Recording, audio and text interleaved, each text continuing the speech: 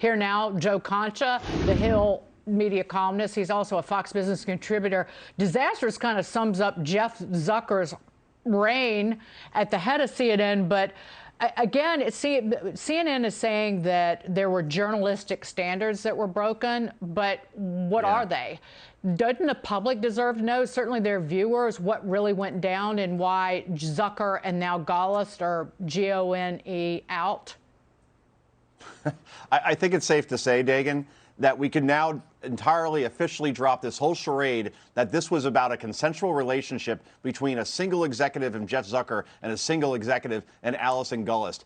It is so typical of this version of CNN during the Jeff Zucker era that even in this situation, they are lying to their viewers. They are lying to the world as far as what happened here exactly with its network's president, who had been there for almost a decade, right? Multiple reports say that Jeff Zucker and Allison Gollust, who, by the way, was Andrew Cuomo's former communications director when he was governor, they coached and advised the governor when he was in office to make him look great during the early stages of COVID, and in the process make a sitting president and Donald Trump look inept and in the poorest light possible. At a time when Americans needed to be informed, when thousands of New Yorkers were dying of COVID, including those in nursing homes, by the way, after Andrew Cuomo sent them back there despite being COVID positive, CNN's top executives, they decided they would take advantage of the situation to exploit it to boost Andrew Cuomo up, and by extension, its 9 p.m. anchor and Chris Cuomo up for ratings, and if they could take down Donald Trump in the process, sprinkles on the sundae. So yeah, there is so much more to this story than,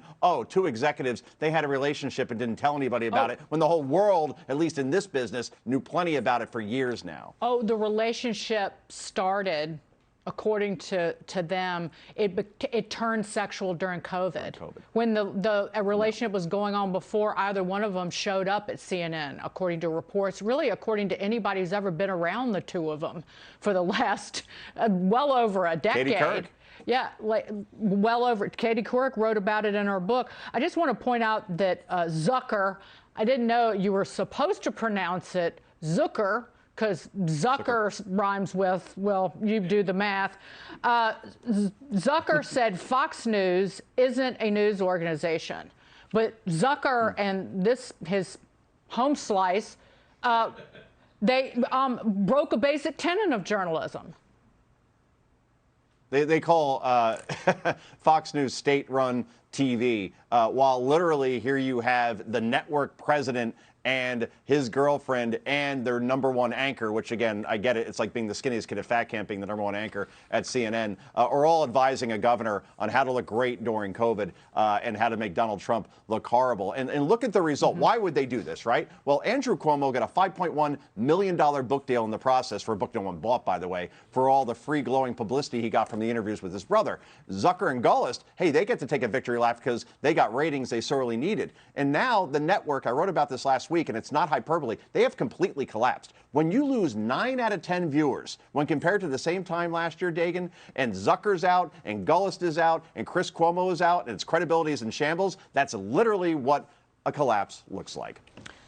This is why what you often get in media is that you have this collection of vomitous ghouls, a coven, if you will, all associating with one another. And so they don't realize how nauseating they each are because they're equally nauseating.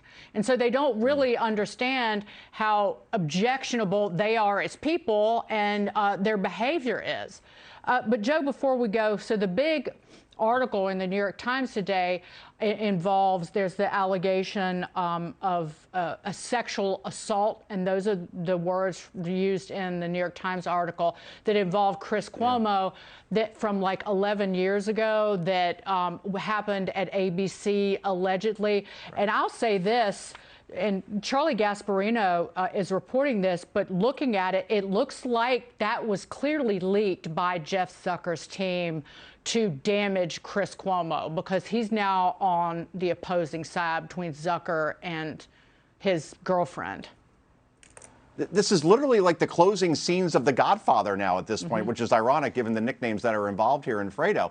But yeah, here you have Chris Cuomo, who was fired for advising his brother, right, by Zucker. And then Cuomo says, wait a minute, you were doing the same thing. So now, guess what? I know where the bodies are buried. I have the texts. I have the emails. And unless I get $60 million from you, I'm going to really start talking more than we are right now. And I'll start by exposing this relationship that you were, I guess, trying to keep secret, even though everybody knew about it. So now you have Zucker and Cuomo now going at each other and exposing everything that they have in the closet and taking each other down. And what's going to happen here? There's going to be collateral damage. We saw hosts and anchors almost crying on the air that Jeff Zucker was gone. I think half of that was because Zucker was gone and therefore they didn't have any protection. But now because they know they are dispensable, and what did they know about all this in the process as well, about all these stories? So, yeah, CNN thinks things are bad now. It's only going to get infinitely worse. And then when Discovery takes over, as far as being the major stakeholder and starts running things, you are going to see a cleaning house of a news organization like we've never seen in television history. And again, that ain't hyperbole, Dagan. That's going to happen. I'm not laughing, Joe,